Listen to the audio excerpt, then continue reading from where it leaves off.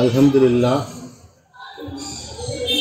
ashhadu an la ilaha illallah wahdahu la sharika lahu. புகழனைத்தும் கடவுள் ஒருவருக்கு மட்டுமே என்று நான் சாட்சியம் பகிர்கின்றேன். அவர் தனித்தவர், இணைகளற்றவர்.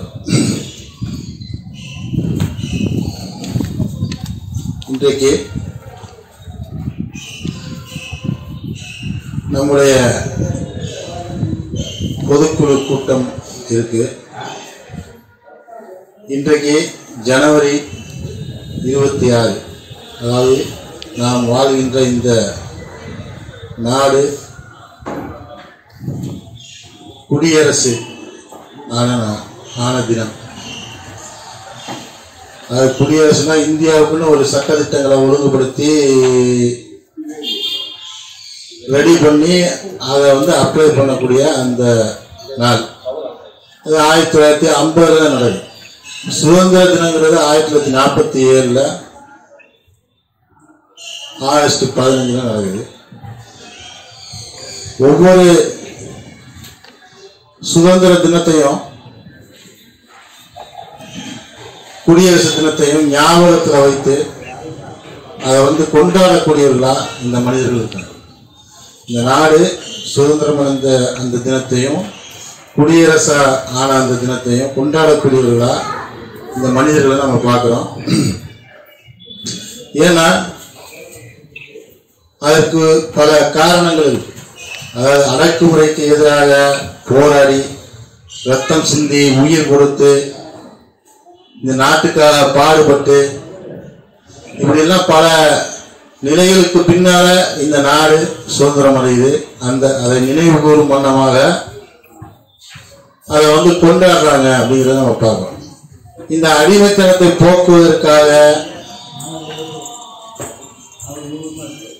போராட்டம் நடத்தி சுதந்திரம் அடைஞ்ச பின்னாலையும் பல பேருடைய கைகளில் இன்னும் அடிமையாத்தான் இந்த நாடு இருக்குதுங்கிறத நம்ம பார்க்கிறோம் இல்லையா?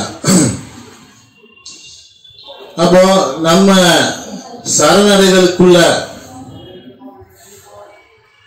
நுழையும் பொழுது, அதாவது நாம எப்படிப்பட்டவர்களா இருந்தோம்னா, போராடி ரத்த சிந்தி சுதந்திரத்தை நாம பெறல. கடவுளுடைய படைப்பே சுதந்திரமான படைப்புகள். அவர் படைக்கும் போதே அந்த படைப்புகளுக்கு சுதந்திரத்தை வழங்கிதான் அவர் படைக்கிறார். படைப்பே அந்த அளவுக்கு மிக பெரும் கருணையாளரா அவர் இருக்கார். வானவர்கள், செடி கொடி மரம் விலங்குகள் பறவைகள் ஜின்கள் மனிதர்கள் இவர்கள் எல்லாத்துக்கும் சுதந்திரம் இருக்கு. அவர் கடவுள் என்ன செய்யறாருன்னா சுதந்திரமான படைப்பாதான் படைக்கும் போதே படைக்கிறார் அப்படிங்கிறத நம்ம பார்க்கணும். அப்ப ஏன் நம்ம எல்லாம் இங்க இருக்கோம் அப்படின்னா, அந்த சுதந்திரத்தை தவறான முறையில நம்ம பயன்படுத்தோம்.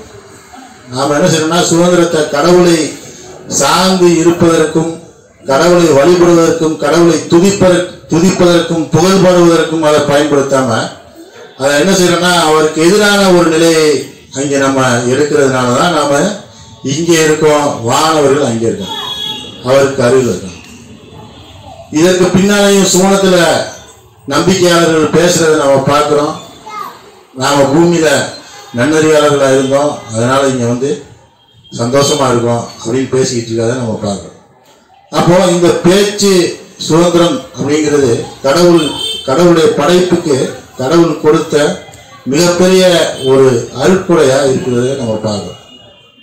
இப்போ இந்த பூமியில நாம ஏன் வந்தோம்னா, கடவுளால் சாத்தானால் ஈர்க்கப்பட்டு அவன் சொல்றது சரிதாங்கிறத நாம அடையாளம் கண்டு கலகம் செஞ்சதுனால நம்ம இங்க வந்துட்டோம். நாம இந்த பூமியில வாழும்போது, இதுக்கு முன்னால நாம இருக்கும் பொழுது கடவுளுக்கு எதிரான ஒரு நிலையை நாம எடுத்துடணும்.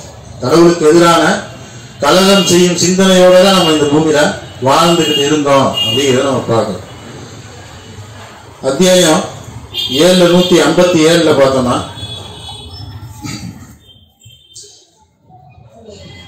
தங்களுடைய தோராவிலும் சுவிசேஷத்திலும் எழுதப்பட்டிருப்பவரான அவர்கள் எழுதப்பட்டிருப்பதை அவர்கள் காண்கின்றவரான வேதம் வழங்கப்படாத சமுதாயத்தின் இந்த நபி இத்தூதரை பின்பற்றுகின்றவர்கள் அவர்களை நன்னறியாளர்களாக இருக்கும்படி அவர் தூண்டுகின்றார். தீமைகளிலிருந்து அவர்களை தடுக்கின்றார். எல்லா நல்ல உணவுகளையும் அவர்களுக்கு அனுமதிக்கின்றார். அத்துடன் கெட்டதாக இருப்பவற்றை தடை செய்கின்றார். மேலும் அவர்கள் மீது சுமத்தப்பட்ட சுமைகளையும் தடைகளையும் இறக்கி வைக்கின்றார். அவரை மதித்து அவருக்கு ஆதரவளித்து மேலும் அவருடன் வந்த ஒளியை பின்பற்றுபவர்களே வெற்றி பெற்றவர்களாக இருக்கின்றனர். அப்ப நாம இந்த பூமியில எப்படி இருந்தோம்னா, நம்முடைய ஆன்மா மிக பெரும் ஒரு சுமையை சுமந்த வண்ணமா இருக்கு. போலித்தையோ வழிபாடு அப்படிங்கிற அந்த சுமையை சுமந்தவர்களா நம்ம இதுக்கு முன்னால இருந்திருக்கோம். நம்ம சாத்தானின் அடிமைகளா இருந்திருக்கோம். சாத்தான் சொல்றதை கேட்பவர்களா இருந்திருக்கோம். கடவுளின் புறத்திலிருந்து அருட்கொடையாக ஒரு நபியோ அல்லது தூதரோ வந்து கடவுளின் பால் அழைக்கும் பொழுது, அதை செவி ஏற்கும் பொழுது என்ன ஆகுதுன்னா, அவர்கள் மீது சுமத்தப்பட்ட அந்த சுமைகள் எல்லாம் நீங்கிறத நம்ம பார்க்கணும். நாம அனுபவிச்சிருக்கிறோம் அப்படிங்கிறத நம்ம கவனத்துல கொள்ளணும். அந்த சுமைகள் எல்லாம் நீக்கப்பட்ட, நம்முடைய விலங்குகள் உடைக்கப்பட்ட அந்த நாளை நாம் நினைவில் வைத்திருக்கின்றோமா? ஏன்னா அது நம்முடைய இரட்சகரிடத்தில் செல்லக்கூடிய ஒரு வழியை காட்டிய அந்த நாள். அந்த வருடம் கூட நமக்கு ஞாபகம் இருக்கும்.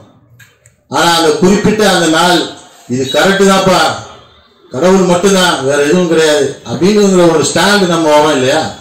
அந்த நாளை நம்ம யாருமே ஞாபகத்தில் வச்சிருக்க மாட்டோம்.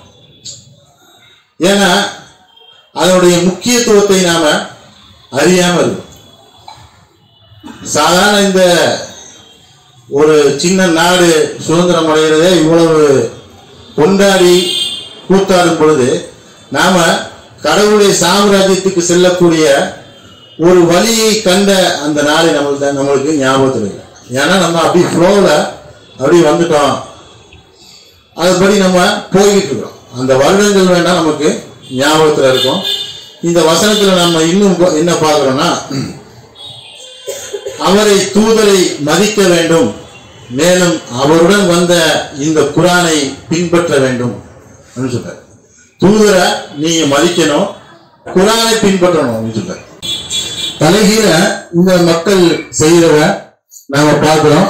தூதரை பின்பற்றுவதுங்கிறது கடவுள் நமக்கு சொல்றாரு இல்லையா? ஆனா தூதரை பின்பற்றுகின்றனர், குரானை மதிக்கின்றனர். எப்படிங்கிறத நம்ம பார்த்தோம்னா, தூதரை பின்பற்றோம் அப்படின்னு சொல்லிட்டு அவர் எப்படி நடந்தாரு, எப்படி ஆடை அணிந்தாரு, தாடி வச்சிருந்தாரா, தொப்பி வச்சிருந்தாரா, இப்படின்னு பல விதமான விஷயங்களை அவங்க ஆராய்ச்சி பண்ணி அதை போலியான அந்த விஷயங்களை வச்சுக்கிட்டு நாங்க இப்படிதான் தூதரை பின்பற்றுறோம் அப்படின்றத சொல்றாங்க. அப்ப தூதரை மதிக்கணும் அப்படிங்கறதான் கடவுள் சொல்றாரு. தூதரை மதிக்கணும்னா தூதர் கொண்டு வந்த செய்தியை நீங்க பின்பற்றும் பொழுதுதான் அவரை மதிக்கிறதா இருக்கும்.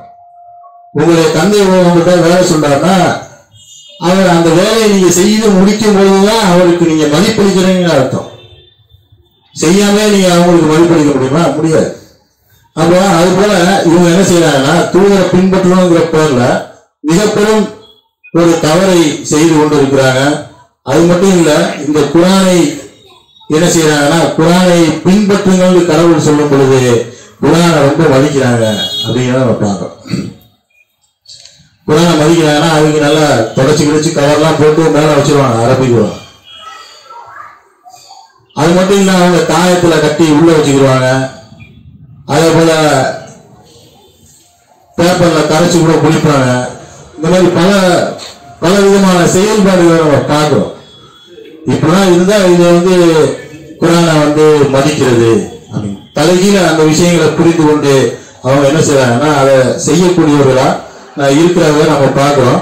குர்ஆன் பற்றி நாம பல விஷயங்களை இன்றைக்கு அறிஞ்சிருக்கிறோம். நாம இந்த குர்ஆன் மட்டும் தான் நம்முடைய வாழ்வின் நெறிமுறை, வாழ்வின் வழிகாட்டி அப்படிங்கிறத அறிஞ்சதுக்கு பின்னால இந்த குர்ஆனை பற்றி நாம பல விஷயங்களையும் நாம அறிஞ்சிருக்கோம். அதை பற்றி சில விஷயங்களை நம்ம பார்க்கலாம். 85:21 உண்மையில் இது மகத்தான ஒரு குர்ஆன் ஆகும் அப்படின்னு கடவுள் சொல்றாரு. மகத்தான ஒரு வேதமா இந்த குர்ஆன் இருக்கு. 76:23 பார்த்தோம்னா தனி சிறப்பான ஒரு வெளிப்பாடு, தனிச்சிறப்பான ஒரு வெளிப்பாடு, இந்த குர்ஆன் தனிச்சிறப்பான ஒரு வெளிப்பாடா கடவுள் இருந்து கிடைக்குது அப்படிங்கிற நம்ம பார்க்கிறோம். உதாரணமா நம்முடைய நாலேஜுக்கு நம்ம தோன்றது என்னன்னா, இது ஒரு இறுதியான ஒரு ஏற்பாடா இருக்கு. எல்லா வேதங்களையும் உள்ளடக்கிய ஒரு புத்தகமா இந்த குர்ஆன் இருக்கு. இந்த குர்ஆன் அது மட்டும் இல்லாம யாராலும் சிதைக்கப்பட முடியாத அளவிற்கு அற்புதத்தை கொண்டதாக இந்த குர்ஆன் இருக்கு. அப்ப இவ்வளவு நமக்கு தெரிஞ்சு இந்த அளவுக்கு தனித்துவமான ஒரு வேதமா இந்த வேதம் இருக்கிறத நம்ம பார்க்கிறோம். அதே போல 75:18 நாம் அதனை ஓதி காட்டியவுடன் அத்தகைய குர்ஆனை நீர் பின்பற்ற வேண்டும். அவன் முகமதுக்கு என்ன சொல்றாருன்னா, நான் ஓதி காட்டினதுக்கு பின்னால நீ என்ன செய்யணும்னா அந்த குர்ஆனை பின்பற்றணும் அப்படிங்கிறத கடவுள் சொல்றாரு. 20:2 பார்த்தோம்னா, எந்த கஷ்டத்தையும் உண்டாக்குவதற்காக இந்த குர்ஆனை நாம் உமக்கு வெளிப்படுத்தவில்லை அப்படின்னு சொல்றாரு. இந்த குர்ஆனை வெளிப்படுத்துறதுனால மக்களுக்கு எந்த விதமான கஷ்டமும் இல்லை. இந்த குர்ஆனை கொண்டு மக்களுக்கு எந்த விதமான கஷ்டமும் இல்லை, மகிழ்ச்சி தான் ஏற்படும் அப்படிங்கிறத நம்ம பார்க்கிறோம். அது மட்டும் இல்லாம முதல் பக்கத்திலிருந்து இந்த குர்ஆனை நீங்கள் கடைசி பக்கம் வரைக்கும் நீங்க தொடர்ந்து படிச்சுட்டே இருக்கீங்க அப்படிங்கிறத 73:4 சொல்றாரு. இந்த குர்ஆனில் மனிதர்களுக்கான எல்லா விதமான உதாரணங்களையும் எடுத்துரைத்திருக்கின்றோம். ஆனால் பெரும்பாலான மனிதர்கள் நம்ப மறுத்தைய வலியுறுத்துகின்றனர். கடவுளின் தூதர்கள் சவால் விடப்பட்டனர். எல்லா தூதர்களுக்கும் சவால் விடுறாங்க. எங்க நீ கொண்டு வர்ற அந்த அறிவை கொண்டு வர பார்க்கலாம் அப்படின்னு பல தூதர்கள் சவால் விடப்படுறாங்க. அந்த மனிதர்களால, நம்ப மறுப்பவர்களால சவால் விடப்படுறாங்க அப்படிங்கிறத நம்ம பார்க்கிறோம். இது எல்லா விதமான உதாரணங்களையும் கடவுள் இந்த குர்ஆன்ல எடுத்துரைக்கிறார். உதாரணங்கிறத நாம மனிதர்கள் புரிந்து கொள்வதற்காக கடவுள் பல உதாரணங்களை கடவுள் சொல்றாரு அப்படிங்கிறத நம்ம பார்க்கிறோம். இன்ஷா அல்லாஹ் தொடர்ந்து பார்ப்போம். தூது இதெல்லாம் கடவுளின் அல்ஹம்துலில்லாஹ் ஷஹது லா இலாஹ இல்லல்லாஹ் வஹ்தஹு லா ஷரீக லஹ். இந்த குர்ஆன்ல நம்ப மறுப்பவர்களை பற்றி கடவுள் என்ன சொல்றாருன்னா 13:31 பார்க்கலாம். அதாவது ஒரு குர்ஆனை கொண்டு மலையை நகரச் செய்தாலும், இந்த பூமியை துண்டுகளாக பிளக்கச் செய்தாலும், இறந்தவர்களை பேசச் செய்தாலும் அவங்க நம்ப மாட்டாங்க, அவங்க நம்பிக்கை கொள்ள மாட்டாங்க அப்படிங்கிறத கடவுள் சொல்றாரு. அந்த மாதிரியான நம்ப மறுப்பவர்களுக்கு கடவுளின் வாக்குறுதி நிறைவேறும் வரை, வாக்குறுதினா அந்த நாள் குறித்த அந்த எச்சரிக்கையை இங்க சொல்றாரு. இந்த பூமி அழிஞ்சிடும் அப்படிங்கிறதுதான் கடவுளுடைய வாக்குறுதி. மீண்டும் நான் உங்களை உயிருடன் கொண்டு வருவேன் அப்படிங்கிறது கடவுளுடைய வாக்குறுதியா இருக்கு. அந்த வாக்குறுதி நிறைவேறும் வரை தொடர்ந்து பேரழிவுகளை அவர்கள் அனுபவிப்பார்கள், அல்லது அந்த பேரழிவுகள் அவர்களுக்கு அருகாமையில் நடப்பதை அவர்கள் காண்பார்கள். அப்ப இந்த பேரழிவுகள்லாம் ஏன் நடக்குதுங்கிறத நம்ம புரிஞ்சு கொள்ள முடியும். 17:82 நம்பிக்கை கொண்டவர்களுக்கு நிவாரணத்தையும் கருணையையும் இந்த குர்ஆனில் நாம் இறக்கி அனுப்புகின்றோம். அதே சமயம் வரம்பு மீறுபவர்களின் அக்கிரமத்தை தான் இது அதிகரிக்கின்றது. இந்த குர்ஆன்ல நம்பிக்கை கொண்டவர்களுக்கு நிவாரணம் இருக்கு, அது போல கருணையும் இருக்கு.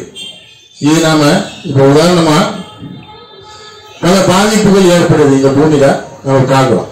அதாவது வெள்ளத்தால் பாதிப்பு, புயலால் பாதிப்பு, பூகம்பத்தால் பாதிப்பு, மண் சரிவினால் பாதிப்பு,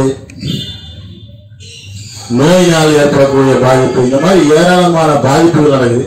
இந்த பாதிப்புகள் எல்லாம் நடக்கும் பொழுது நடந்து முடிஞ்சதுக்கு பின்னால அங்கே அவர்களுக்கு நிவாரணம் வழங்கப்படும். ஏன்னா அந்த பாதிப்புகளிலிருந்து அவங்க வெளியே வரணும் அப்படிங்கிறதுக்காக அவங்களுக்கு நிவாரணங்கள் வழங்கப்படுது. இப்ப வெள்ள நிவாரண பணி அப்படின்னு சொன்னாங்க இல்லையா, அது போல அவர்களுக்கு எல்லாம் நிவாரணம் வழங்கப்படுவதை நம்ம பார்க்கிறோம். அது போல நம்ம பலவிதமான நிலைகள்ல பாதிக்கப்பட்டிருக்கோம். மனிதர்களை பொறுத்த வரைக்கும் சாத்தானால் பீடிக்கப்பட்டிருக்கோம். மேலும் அவருடைய கெட்ட விஷயங்களால் நாம் பீடிக்கப்பட்டிருக்கோம். அகந்தை கொள்றோம், ஆணவம் கொள்றோம், வரம்பு மீறோம். இந்த மாதிரி ஏராளமான கடவுள் மீது சந்தேகம் கொள்றோம். என்னன்னா கடவுள் உதவி செய்வாரா அப்படிங்கிற அந்த நினைப்ப கடவுள் மீது சந்தேகத்தை ஏற்படுது. அப்ப கடவுள் மீது சந்தேகம் கொள்ளக்கூடிய அளவுக்கு நாம இருக்கோம், மனிதர்கள் இருக்கிறாங்க அப்படிங்கிற நம்ம பார்க்கணும். அப்ப இதெல்லாம் எவ்வளவு பெரிய பாதிப்பு ஏற்படுத்தக்கூடிய ஒரு விஷயமா இருக்கு. நம்முடைய ஆன்மாவுக்கு இதெல்லாம் மிகப்பெரிய ஒரு பாதிப்பா இருக்கு. இந்த பாதிப்புக்கு இந்த குர்ஆன் நிவாரணம் அளிக்கின்றது. அதாவது இந்த பாதிப்புல இருந்து நம்மளை எல்லாம் வெளியே கொண்டு வருது. இதெல்லாம் நமக்கு உதவி செய்து இந்த நிகழ்வுகள்ல இருந்து நாம வெளியே வர்றதுக்கு இந்த குர்ஆன் நமக்கு உதவி செய்யுது. ஏன் இந்த மனிதர்கள் இதெல்லாம் நம்ப மாட்டாங்கன்னா, இந்த வெள்ள பாதிப்பு, புயல், மழை இதெல்லாம் அவங்க கண் முன்னால பாக்குறாங்க, அவங்க அனுபவிக்கிறாங்க. இதெல்லாம் கண் முன்னால பாக்குறாங்க, அவங்களே அனுபவிக்கிறாங்க. அப்படிங்கும்போது இதெல்லாம் நமக்கு பாதிப்பு, இதுக்காக நம்ம நிவாரணத்தை யாராவது கொடுத்தா நம்ம வாங்கிக்கலாம் அப்படின்னு நினைக்கிறாங்க. யார் கொடுத்தாலும் வாங்கிக்குவாங்க. பெரிய பணக்காரங்க கூட ஒரு நிவாரணம் அந்த நேரத்துல பாதிப்பு ஏற்படும் போது நிவாரணம் கொடுத்தா வாங்கிக்குவான். ஏன்னா அவனுக்கு தேவைப்படுதுங்க. ஆனா நம்முடைய ஆன்மா எந்த அளவுக்கு சிதைஞ்சிருக்கு, எந்த அளவுக்கு டேமேஜ் ஆயிருக்கு அப்படிங்கிறத அறியாமல நாம இன்றைக்கு அறிஞ்சிருக்கோம். இதுதான் நமக்கு உள்ள வித்தியாசம். நாம இன்றைக்கு அறிஞ்ச நிலையில நாம என்ன செய்யணும்னா, நம்மை பீடித்திருக்கக்கூடிய அகந்தை, ஆணவம், பொறாமை, இது மாதிரி பலவிதமான சாத்தானுடைய திட்டங்கள்ல இருந்து நாம தப்பிக்கணும்னா இந்த குர்ஆனை இன்னும் நிறைய பற்றி பிடிச்சுக்கணும். இந்த குர்ஆன்ல தான் அதுக்கு உண்டான நிவாரணம் இருக்கு அப்படிங்கறத கடவுள் நமக்கு சொல்றாரு. அது மட்டும் இல்லாம இந்த குர்ஆன் கருணையா இருக்கு. இந்த குர்ஆன் நிவாரணமாகவும் கருணையாகவும் நாம் உங்களுக்கு இறக்கியிருக்கோம் அப்படிங்கிறத கடவுள் சொன்னார். இந்த குர்ஆன் கருணையா எப்படி இருக்கு அப்படின்னா, இதில் உள்ள அனைத்து செய்திகளுமே கருணை தான். இந்த ஒவ்வொரு வேதமும் கடவுளிடமிருந்து வரக்கூடிய கருணையின் வெளிப்பாடா இருக்கு அப்படிங்கிறத வைப்பாங்க. அதாவது தூதர்கள், நபிமார்கள், வேதங்கள் இவையெல்லாம் கடவுளிடமிருந்து வரக்கூடிய கருணையின் வெளிப்பாடாக இருக்கு அப்படிங்கிறத வைப்பாங்க. அப்போ இந்த குர்ஆனில் உள்ள ஒவ்வொரு செய்தியுமே நம்ம இந்த மனிதர்களாகிய நமக்கு மிக பெரும் கருணையை வழங்கக்கூடியதா இருக்கு. இப்ப உதாரணமா வானத்தில் உள்ள இரட்சகரை நோக்கி, அதாவது யார் இவ்வுலகிலும் மறு உலகிலும் கடவுள் நமக்கு உதவி செய்ய மாட்டார் என்று எண்ணுகிறார்களோ, நாமெல்லாம் அப்படி நினைக்க மாட்டோம் அப்படிங்கிறதெல்லாம் கிடையாது. இப்ப அந்த மாதிரியான ஒரு நிலைக்கு மனிதர்கள் தள்ளப்படும் பொழுது அங்கே என்ன செய்யணுங்கிறத கடவுள் சொன்னார். கடவுளுடைய உதவி எங்கே என்று அவங்க எல்லாம் அலக்கழிக்கப்பட்டாங்க அப்படின்னு கடவுள் சொல்றாரு. அப்ப இந்த மாதிரி பல நிலைகள் மனிதர்களுக்கு ஏற்படும். அப்ப பல நிலைகள்லையும் அங்கே விஷயம் நடக்குதுன்னா, தன்னுடைய வானத்தில் உள்ள தன்னுடைய இரட்சகரை நோக்கி அவர்கள் திரும்பட்டும், அவர்களை பிடித்திருக்கின்ற ஒவ்வொரு கஷ்டங்களும் துன்பங்களும் அவர்களை விட்டு நீங்குவதை அவர்கள் பார்ப்பார்கள். அப்போ அந்த அளவுக்கு கருணை மிக்க வார்த்தைகளா இந்த குர்ஆனிய வார்த்தைகள் நமக்கு கடவுள் கொடுத்திருக்காரு. கடவுளின் தண்டனையிலிருந்து தப்பிப்பதற்கான அனைத்து வழிமுறைகளையும் இந்த குர்ஆன் நமக்கு காட்டுது. கடவுளுடைய தண்டனையிலிருந்து தப்பிக்கணும் இல்லையா? நம்மளுடைய இந்த பூமிக்கு நம்முடைய வருகையின் நோக்கமே என்னன்னா, நாம கடவுளுடைய சாம்ராஜ்யத்துக்குள்ள நுழையும். கடவுளுடைய தண்டனையிலிருந்து தப்பிக்கணும், அவருடைய சாம்ராஜ்யத்துக்குள்ள நுழையும். அப்ப நுழைவதற்கு உண்டான அனைத்து விதமான வழிமுறையையும் இந்த குர்ஆன் நமக்கு காட்டுது. எல்லா ரூட்லையும் நமக்கு இந்த வழிமுறைகளை குர்ஆன் நமக்கு காட்டக்கூடியதா இருக்கு அப்படின்னு நம்ம பார்க்கிறோம். என்னதான் இவ்வளவு விஷயங்களை நாம தெரிஞ்சுக்கிட்டாலும், நாம பல விஷயங்களை நம்ம இன்றைக்கு அறிஞ்சிருக்கோம் இல்லையா? குர்ஆனை பற்றி அறிஞ்சிருக்கிறோம். அது நம்மளை கருணையா இருக்குன்னு அறிஞ்சிருக்கிறோம். பல நம்முடைய நெஞ்சங்களில் உள்ள நோய்களுக்கு, பல வியாதிகளுக்கு, நம்முடைய ஆன்மாவில் உள்ள நோய்களுக்கு மருந்தா இருக்கு, அதெல்லாம் நிவாரணம் அளிக்குது அப்படிங்கிறத நம்ம அறிஞ்சிருக்கோம். நாம கஷ்டப்படும் பொழுது கடவுளிடம் திரும்பினா கடவுள் நம்மளை காப்பாற்றுவாரு, அதை நம்ம பார்க்கலாம் அப்படிங்கிறத நம்ம அறிஞ்சிருக்கோம். நீங்க பாவ மன்னிப்பு கேட்டீங்கன்னா இந்த காலியில சொல்ல ஒரு கல்ல 12 மாதம் அப்படிங்க, அந்த மாதிரி பாவ மன்னிப்பு கேட்டா பல விஷயங்கள் நடக்கிறத நம்ம பார்க்கிறோம். இது மட்டும் இல்ல, பாவ மன்னிப்பு கேட்டா நம்மளுடைய ஏற்கனவே செஞ்ச பாவங்கள்லாம் ஜீரோல நிக்கிறது இல்ல, ஏற்கனவே செஞ்ச பாவங்கள் எல்லாம் நன்மைகளின் வரவுகளாகுது. இது எப்படிங்கிறத நீங்க யோசிச்சு பாருங்க. நீங்க அது நம்ம யோசிச்சு பார்க்கவே நமக்கு புரியாத அளவுக்கு இருக்கு. ஏன்னா நம்ம ஒரு பாவம் செய்ய ஏற்கனவே பல பாவங்களை செஞ்சிருக்கிறோம். இன்றைக்கு நம்ம ரிப்பண்ட் ஆகி பாவ மன்னிப்பு கேட்கும் பொழுது ஏற்கனவே செஞ்ச பாவங்கள்லாம் நன்மையா எப்படி மாறும் அப்படிங்கிற நம்ம யோசிச்சு கூட பார்க்க முடியாது. அந்த அளவுக்கு கடவுள் நமக்கு அந்த கருணையின் வெளிப்பாட நமக்கு இந்த வேதத்துல நமக்கு தர்றாரு, வார்த்தைகளை நமக்கு சொல்றாரு. அப்போ இதெல்லாம் நம்ம வார்த்தைகளை நம்ம பேசிட்டு போயிடலாம். ஆனா ஒவ்வொருத்தரும் தனித்தனியா நம்மளுடைய முழு மனதுடன் முழு பலத்துடன் நாம என்ன செய்யணும்னா கடவுளை வழிபடக்கூடியவர்களா, கடவுளுக்கு அர்ப்பணித்துக் கொள்ளக்கூடியவர்களா, இந்த வேதத்தை தினந்தோறும் வாசிக்கக்கூடியவர்களா, இந்த வேதத்தை தினந்தோறும் பின்பற்றக்கூடியவர்களா, இந்த வேதத்தில் உள்ள வார்த்தைகளை மதிக்கக்கூடியவர்களா நாம இந்த பூமியில வாழணும் அப்படிங்கிறத நாம நீங்க ஞாபகப்படுத்துறேன். இன்ஷால்லா தொடர்ந்து நாம நம்மளுடைய நம்பிக்கைகள் இழக்கும் பொழுது நம்ம சில பேருக்கு ஒவ்வொருத்தருக்கும் ஒவ்வொரு விதமான நிகழ்வுகளை நாம செஞ்சு பார்க்கிறோம். சில பேர் ரொம்ப அப்படி இந்த பூமியில ஒட்டி இப்படி போயிட்டே இருக்கும் பொழுது என்ன செய்வாங்கன்னா குர்ஆன் எடுத்து படிக்க ஆரம்பிப்பாங்க. சில பேர் என்ன செய்வாங்கன்னா திக்ர் பண்ண ஆரம்பிப்பாங்க. இந்த மாதிரி பல விதமான செயல்பாடுகளை நாம இறங்கணும். இது மாதிரி ஒவ்வொருத்தருக்கும் ஒவ்வொரு செயல்பாடுகள் இருக்கு இல்லையா? நீங்க எப்பெல்லாம் நீங்க கடவுளுடைய அந்த பிடியிலிருந்து நாம எப்பெல்லாம் நழுவ பார்க்கிறோமோ அப்பெல்லாம் நாம கடவுளை மீண்டும் ஸ்ட்ராங்கா பற்றி பிடிச்சுக்கணும். நாம அதை நம்ம அறிஞ்சிருக்கிறோம். அப்படியே விட்டுட்டே இருந்தோம்னா என்ன ஆகும்னா ஃபெயிலியர் ஆகும். சில லைட் என்ன செய்யணும், பவரா எரியும், சில லைட்டு டிம்மா எரியும், சில லைட்டு விட்டு எரியும். நம்மளுடைய வாழ்க்கை எப்படி இருக்குன்னா தொடர்ந்து கடவுளுடைய கனெக்டிங்கா நம்ம இருக்க முடியல. நீங்க பல பேர் இருக்கலாம், என்ன எப்படி சொல்றேன், இருக்க முடியல. நம்ம லைட்டு விட்டு எரியுது, அப்படி பிளிங்க் ஆகி எரியுது. அப்ப அது என்ன ஆகும்னா கனெக்ஷன் சுவிட்ச் நல்லா வெளியில கரண்ட் இருக்கு, சுவிட்ச் போல கரண்ட் இருக்கு, ஆனா இந்த லைட்டுக்கு வர்றது கரண்ட் இருக்குல்ல, இந்த நம்பிக்கை நமக்குள்ள இந்த நம்பிக்கை வர வேண்டியிருக்கு இல்லையா? அந்த நம்பிக்கை என்ன ஆகுதுன்னா நமக்கு அப்படியே பிளிங்க் ஆகி நம்ம தொடர்ந்து கடவுளை அர்ப்பணித்துக் கொள்ளக்கூடியவர்களா இருக்கிறதுக்கு ரொம்ப கஷ்டமா இருக்கு. அந்த அளவுக்கு நம்மளுடைய சுற்றுப்புற சூழல், இந்த பூமியினுடைய அமைப்பு அந்த மாதிரிதான் இருக்கு. ஏன்னா சோதனைக்காக இந்த பூமி வடிவமைக்கப்பட்டிருக்கு, இப்படிதான் இருக்கும். ஆனா நம்ம லைட்டை பிரைட்டா எரிய விடணுங்கிறதுக்காக தான் நம்ம இங்க கூடியிருக்கிறோம். நம்ம லைட்டை தொடர்ந்து கடவுளை அர்ப்பணித்துக் கொண்ட வண்ணமா நம்ம வாழ்க்கையில வாழும் பொழுது, இந்த குர்ஆனை பற்றி பிடித்து நம்ம இந்த பூமியில வாழும் பொழுது நம்ம லைட் பிரகாசமா எரியும் அப்படிங்கிறத நம்ம கவனத்துல கொள்வோம். தொடர்ந்து சில நேரங்கள்ல இந்த சிக்னல்ல நிற்கும் போது கூட வானத்தை தொடர்ந்து ஒரு 1 மினிட், 1 நிமிஷம் 2 நிமிஷம் அப்படி பார்த்தால ஒரு விதமான பயம் வந்தது. அப்படி அந்த அளவுக்கு இந்த மாதிரி ஒவ்வொருத்தருக்கும் ஒவ்வொரு விதமான நிகழ்வுகள் ஏற்படலாம். தொடர்ந்து நீங்க வானத்தை பற்றி கடவுள் சொல்றாரு, நீங்க தொடர்ந்து வானத்தை பாருங்க, உங்களுடைய பார்வைகள் உங்களிடம் திரும்ப வரும் அப்படின்னு சொல்றாரு. அப்போ அந்த அளவுக்கு எப்பெல்லாம் நம்ம வீக்கா இருக்கணுமோ அப்போ நீங்க வானத்தை பார்த்து அதை ட்ரை பண்ணி பாருங்க, அதோட ஃபீலிங் நம்ம உணர முடியும்.